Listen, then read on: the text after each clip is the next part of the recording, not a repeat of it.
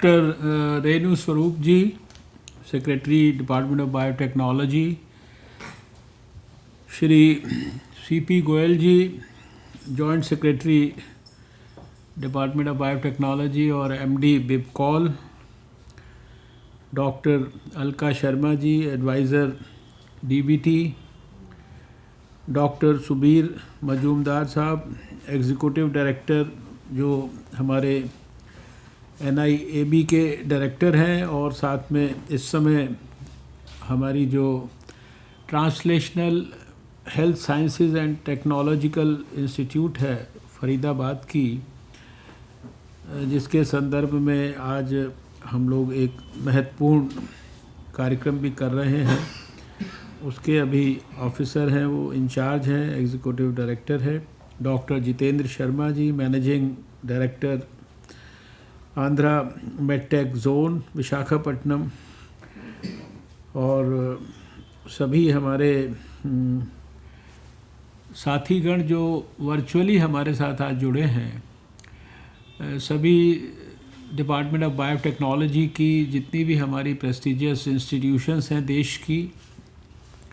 उसके सभी डायरेक्टर्स यहाँ पर हैं, बहुत सारे वैज्ञानिक जो हमारी इन प्रेस्टिजियस लेबॉर्ट्रीज़ में काम करते हैं, बहुत सारे जो हमारे आंध्रा मेडटेक जोन के संबंधित जो अधिकारी हैं,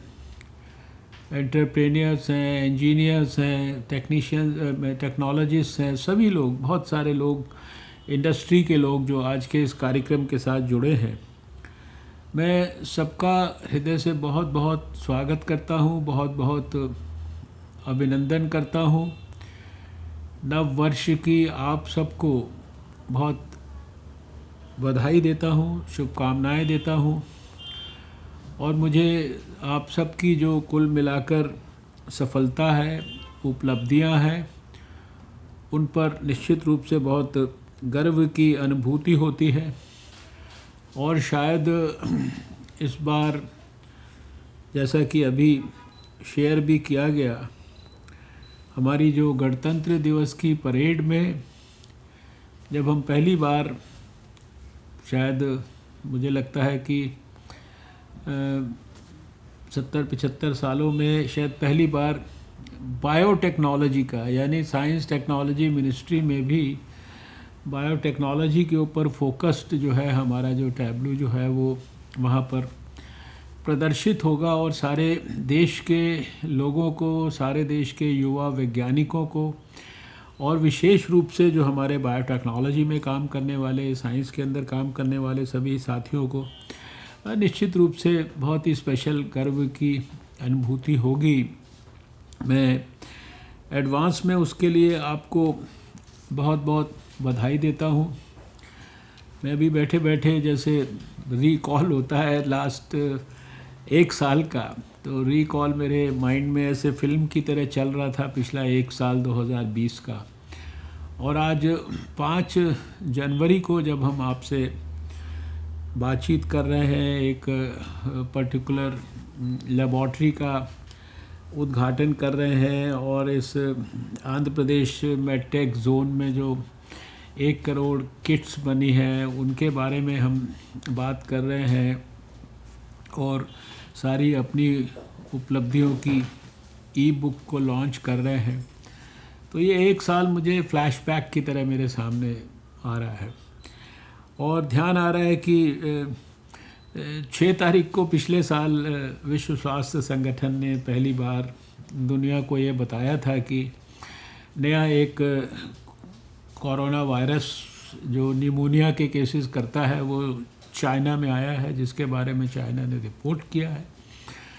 और पहली मीटिंग हम लोगों ने शायद दुनिया में सबसे पहले भारत में, यहीं इसी मंत्रालय में, जो अपने जो हमारा एक्सपर्ट्स का जो ग्रुप है, जो कि साल भर भी जो नए कोई इन्फेक्शंस आते हैं, कोई भी सिचुएशन इस तरह की इमर्ज होती हैं, तो उनके बारे में सबसे पहले वो एक्सपर्ट्स का जो ग्रुप मिलता है, जिसमें डॉक्टर्स भी हैं, एपिडेमियोलॉजिस्ट भी हैं, WHO के लोग भी हैं, वैज्ञानिक सभी लोग। वो पहली मीटिंग 8 तारीख को हुई थी, और पूरा 1 साल उस विषय को हो गया। और उसके बाद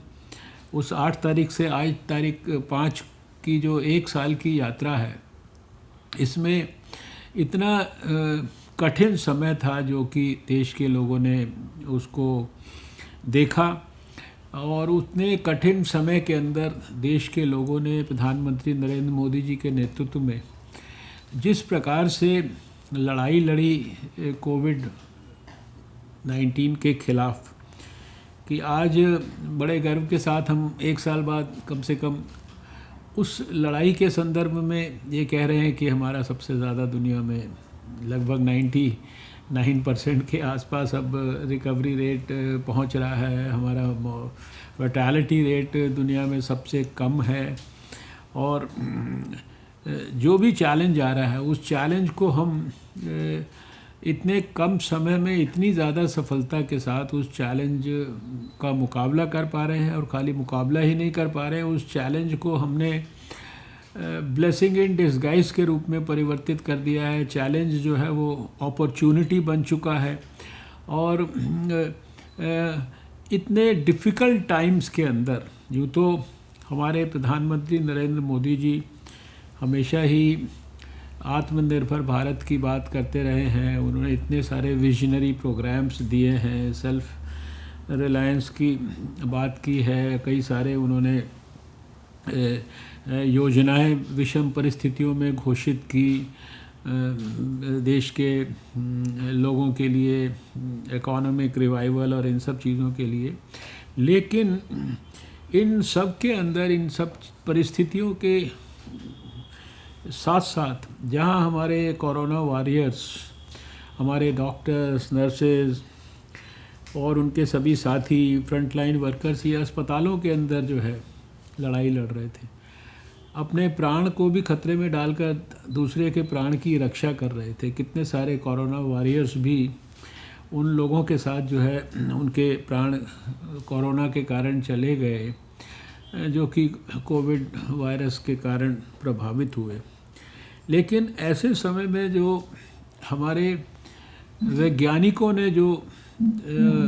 खड़े होकर मिलजुल कर जो अपनी जिम्मेदारी को एहसास करके जो काम किया, वो शायद एकदम ऐतिहासिक है।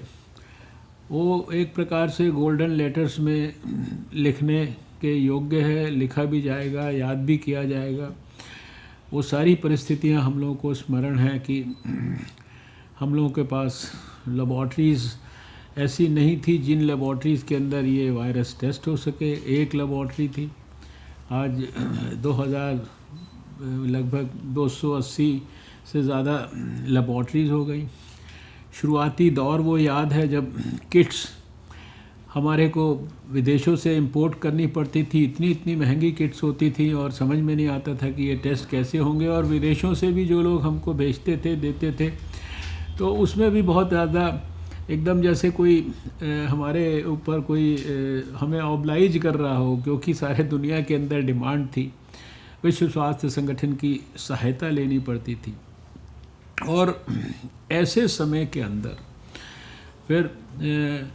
हम लोगों ने वो जो किट्स के बारे में जो तकलीफ़ देखी, लैब्स नई बनाने के बारे में जो तकलीफ़ देखी, हम लोगों ने जो पीपीई किट्स थे, ये टेस्टिंग किट्स के अलावा पीपीई किट्स थे। शुरुआती दौर में सब लोग पीपीई किट्स भी, क्योंकि बाहर से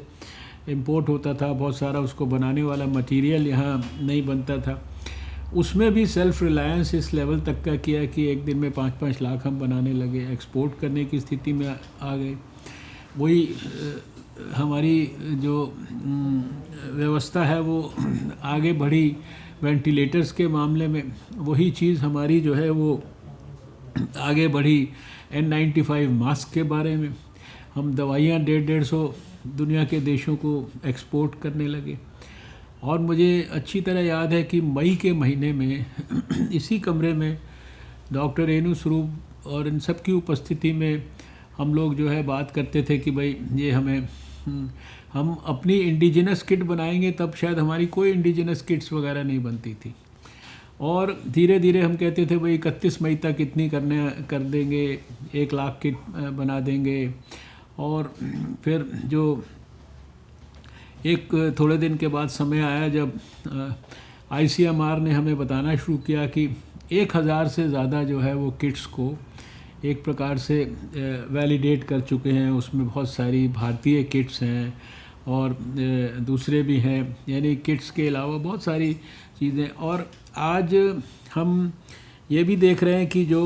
प्रक्रिया 2017 में शुरू हुई, जो आंध्र प्रदेश में विशाखापट्टनम में ये जो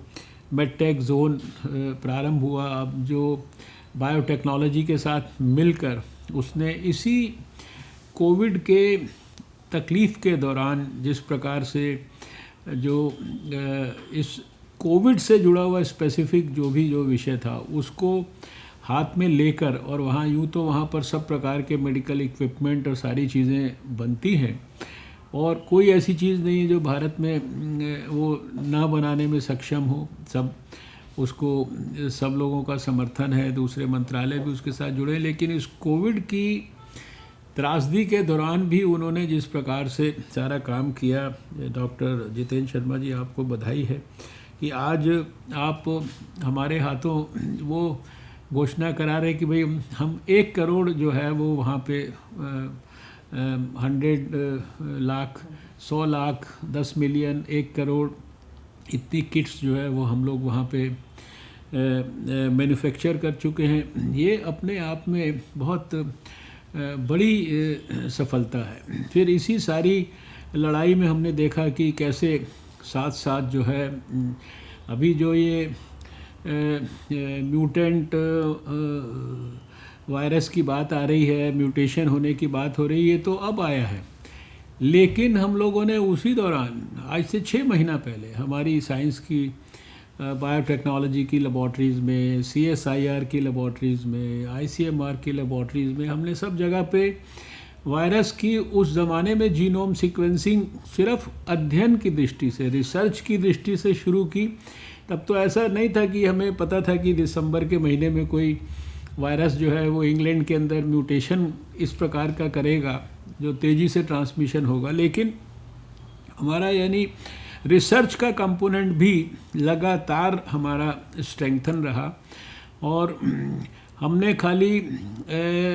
वायरस की जीनोम सीक्वेंसिंग नहीं, अपितु हम सब जानते हैं कि वायरस को सबसे पहले दुनिया में 4-5 देश जिन्होंने आइसोलेट किया उसमें भारत था और ICMR ने आइसोलेट किया। और अभी हमने ये भी देखा कि अभी जो म्यूटेशन वाला वायरस है इसको भी हमारा देश आइसोलेट कर चुका है।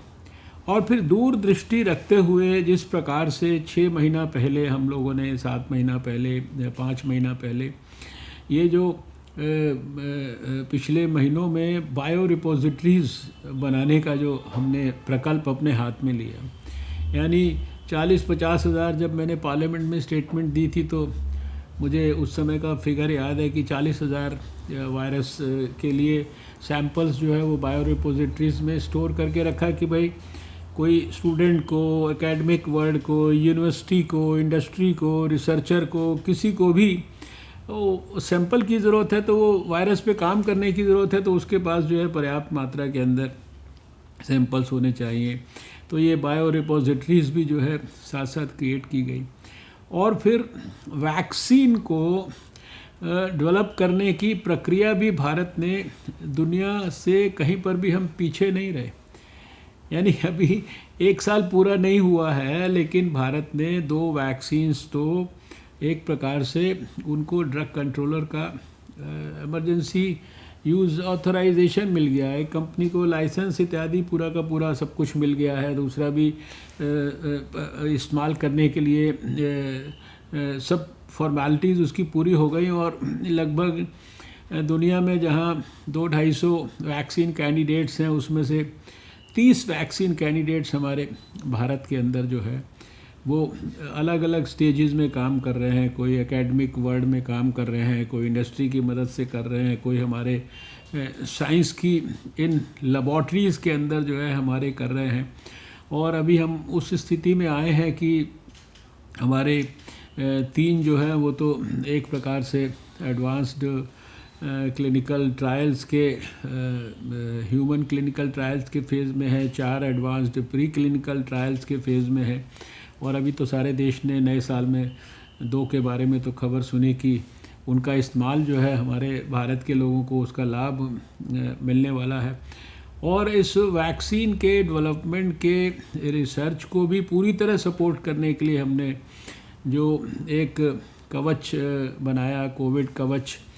और उसके लिए जो सपोर्ट सिस्टम जो है, जो 900 करोड़ रुपए की, यानी कि सपोर्ट करना इंडस्ट्री को, नए रिसर्चर्स को, वैक्सीन के डेवलपमेंट के काम को आगे बढ़ाने के लिए, ये मैं समझता हूँ कि ये सारा कुछ इसी एक साल में कभी कभी जब पीछे मुड़ के देखते हैं और सोचते हैं तो हमें विश्वास भी नहीं होता है कि अरे ये सब कुछ इसी कोविड के दौरान हुआ, जब सारे देश में जो है कोविड के ख़िलाफ़ इतनी जंग चल रही थी और इतनी तकलीफ़ में लोग थे और इतनी चिंता थी सबको। अगले दिन ये ग्राफ ऊपर जाएगा या नीचे जाएगा या कितना तेज़ी से ऊपर चला जाएगा, इसकी जब उस दौरान ये सारी की सारी जो हमारी चीज़ें हुई, और आज भारत इस स्थिति में आया है कि जहाँ पे विश्व स्वास्थ्य संगठन और हम समझते हैं कि जो गावी है, जो ग्लोबल अलायंस है वैक्सीन्स के लिए, और जो फिर हमारा जो 2017 में वर्ल्ड इकोनॉमिक फोरम में डावोस में जो ये फोरम बना था, Coalition for Epidemic Preparedness Innovations, उस फोरम के द्वारा,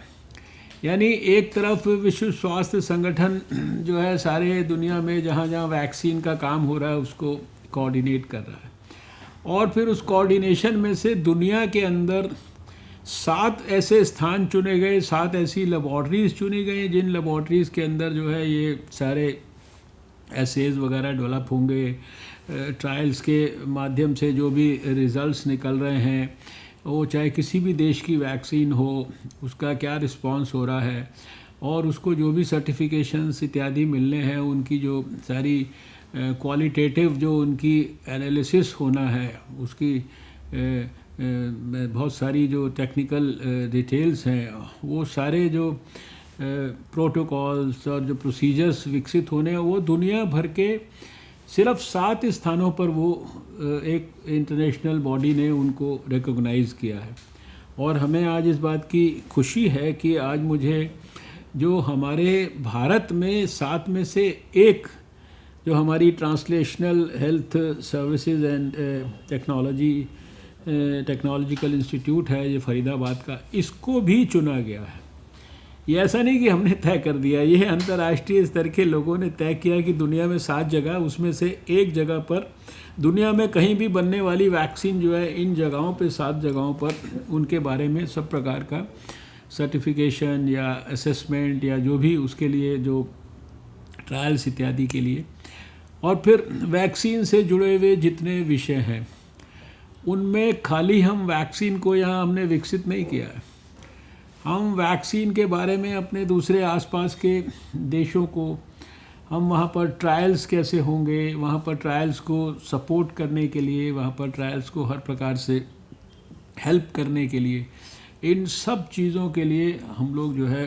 ट्रेनिंग दे रहे हैं, उनको मदद कर रहे हैं। और आज हमारे कई पड़ोसी देशों में जो है वो जो क्लिनिकल ट्रायल्स इत्यादि हो पा रहे हैं, वो इस वजह से हो पा रहे हैं क्योंकि हमारा जो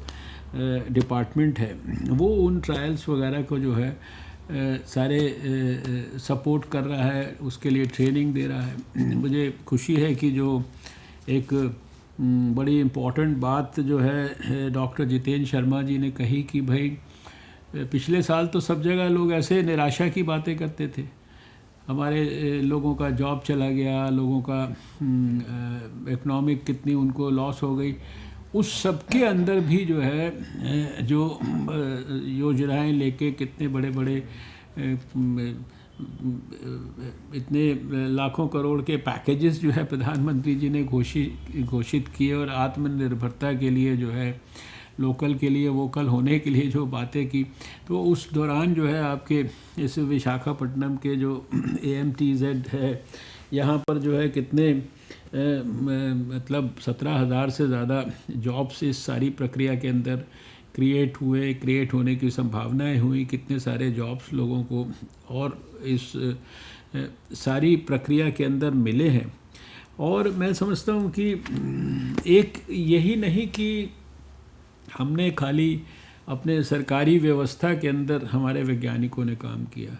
जो भी हमारे यंग एंटरप्रेन्योर्स थे, यंग इनोवेटर्स थे, इंडस्ट्री के अंदर लोग थे, या जो यंग स्टार्टअप्स थे,